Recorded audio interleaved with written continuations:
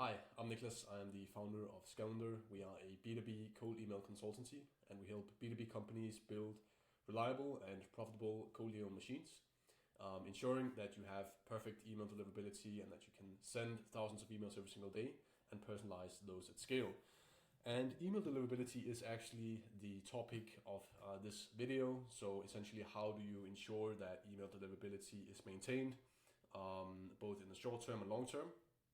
So what I've created is essentially a checklist where you can go through every single one, and if you can tick the box at every one, you can pretty much survive any cold email deliverability apocalypse that might be out there.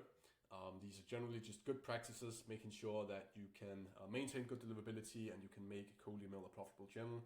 Because I've seen a lot of people starting to give up on the channel because they claim they're getting too many bounces, emails are not landing, and they move to LinkedIn instead, or cold calling, which I think is a shame because it still works extremely well. I still think, if mastered, it is the best channel out there, bar none.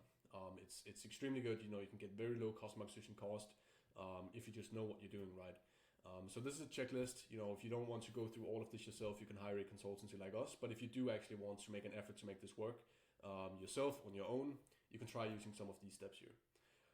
So the first one is diversifying your sending infrastructure across ESPs, so email service providers, and in this case, that will mean buying accounts from Google, buying accounts from Outlook, and also moving into a bit of private infrastructure as well. I will get into that later in the video, but the point being that you need to diversify your whole infrastructure.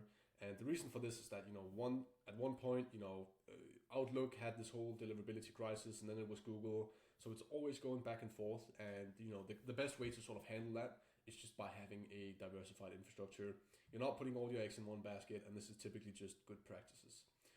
Now, the next one is avoiding sort of digital fingerprinting when you're setting up the infrastructure. And what I mean by this is it's a bit complicated, but to give an example, it could be having all your accounts on the same admin panel, right? Or using the same sort of contact details when setting up every single account. What this is going to do is that it's going to make it very easy for email service providers to link these accounts together, and they can sort of have different deliverability issues that might then span across all the accounts, even though they're not inherently linked to each other, but they still know that it's the same organization doing it. And this also ties into the next one, which is diversifying sending infrastructure on the tenant/organization level. So for those that don't know, there are sort of three layers where deliverability can have an impact. So there's the organizational level, essentially meaning the admin panels where you do have the domains. Then there's the domain level. And then there's the sending account level. So you can have issues on all levels. Now for the organizational level, if you want to be safe there, I would say have no more than 10 domains per admin panel. That's typically what I've heard, what I've seen is the best way to go about it. So for every 10 domains, have a new admin panel, set them up there, use different details. Just make sure that these email service providers can link these accounts together. Now, the next point is on the email verification side of things. So most people who've done cold email know that you have to verify emails to avoid any bounces, because a lot of them are going to be wrong email addresses. All databases have these email accounts that don't actually exist, or they've been deleted, they don't exist anymore. And if you send to those, it's going to harm your deliverability massively. Now, there is something called catch all verified emails. Now, what exactly that means can be a bit complicated, so that's a topic for a separate video. But I would say if you want to be safe, only send to email accounts that are verified and nothing else. That's typically what I find to be the best approach, especially if you do have a lot of data available, you have a large TAM. In those cases, don't bother with catch all verified email accounts. Now, the next one is incorporating Spintax and AI-Generated Copy. This is something that people are starting to pick up on and learn that, if you send the same copy all the time, you're going to get what's called copy fatigue. So the email service provider is going to be noticing that you're sending the same copy all the time from these accounts, and they're going to start restricting it because that's not normal human behavior. It's not a sending pattern that a normal human would have, and you have to sort of randomize certain parts of the email, and that's what Spintax means. It's that you will get randomized emails while maintaining the same general meaning of the email, right? So to give a very basic example, for the first line, it could be, hey, hi, hello, first name. And obviously that would be randomized. Another thing is AI-generated copy. So, I wouldn't obviously recommend doing fully AI-generated copies, but, certain lines can be AI-generated, such as a relevant first line. And what that will do is that it will essentially add a unique part of every single email. That's going to make it, again, seem manual, seem human. And also just using a lot of variables like first name, company name, role, obviously any, other personalization you would have. Like just having a lot of variables, having a lot of things that's randomized, generally a good thing to do. And then also there's another thing you can do, which is rebuilding your sending infrastructure every 90 to 120 days. Now there's a few things to note here. So when it comes to domains, the funny thing is that domains that have aged actually tend to have better deliverability. So if a domain is old and it's had generally a healthy sort of lifespan, it will actually have greater deliverability than a completely new domain that hasn't sent anything. But if a domain is old and it has been associated with sort of spammy behavior, that domain is probably gonna have to be switched out, especially if it is on certain blacklists.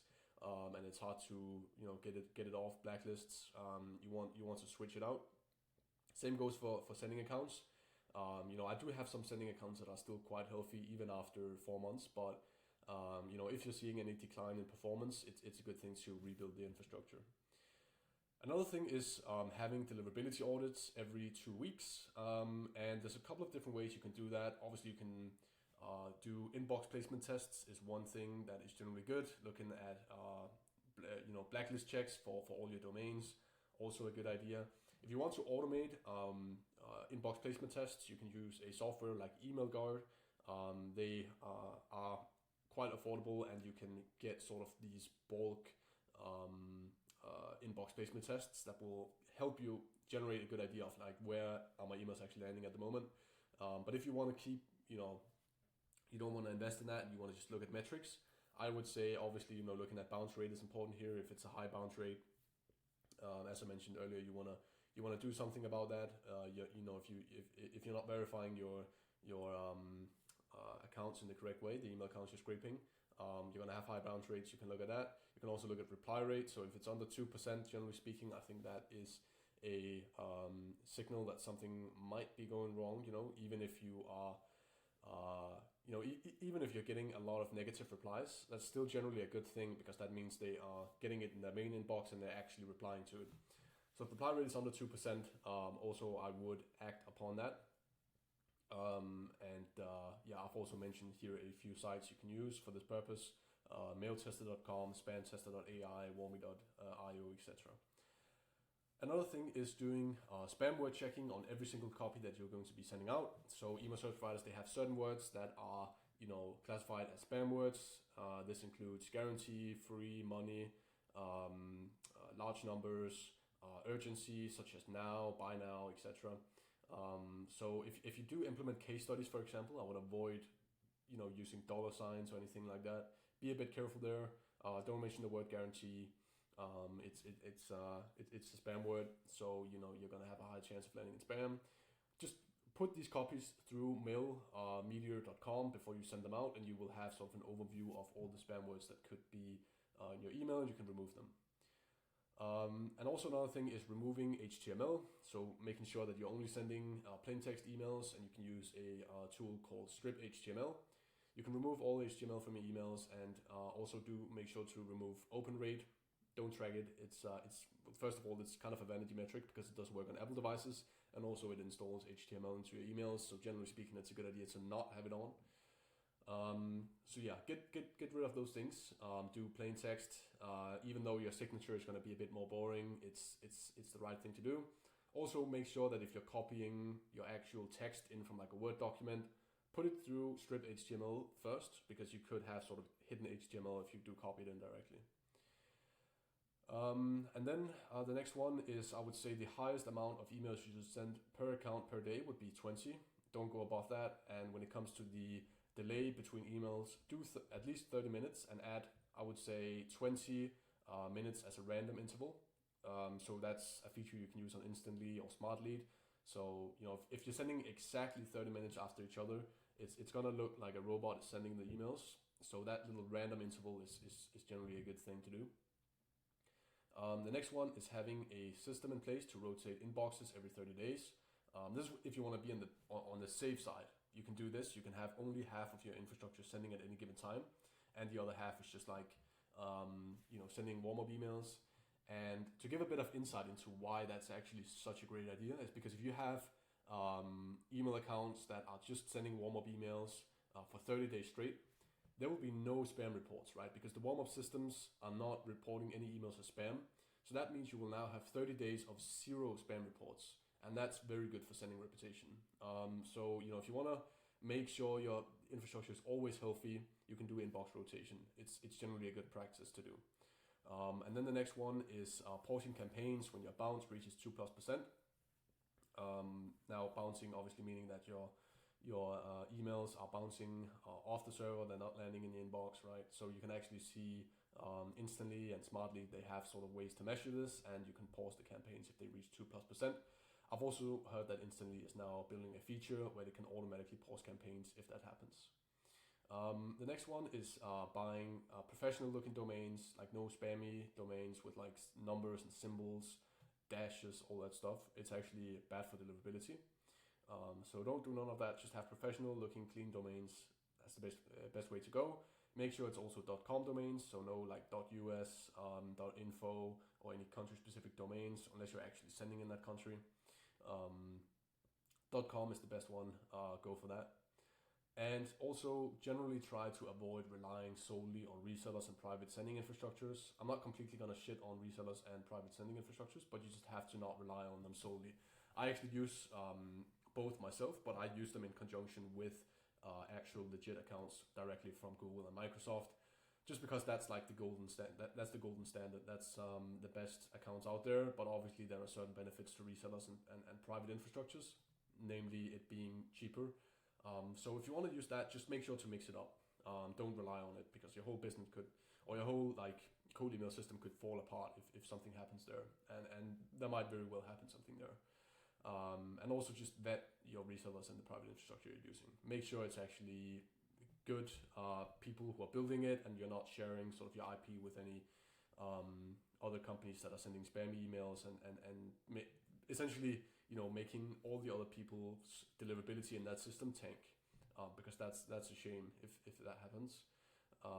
And also this is lower on the list, but it's arguably one of the most important ones, which is ensuring proper targeting and a good offer.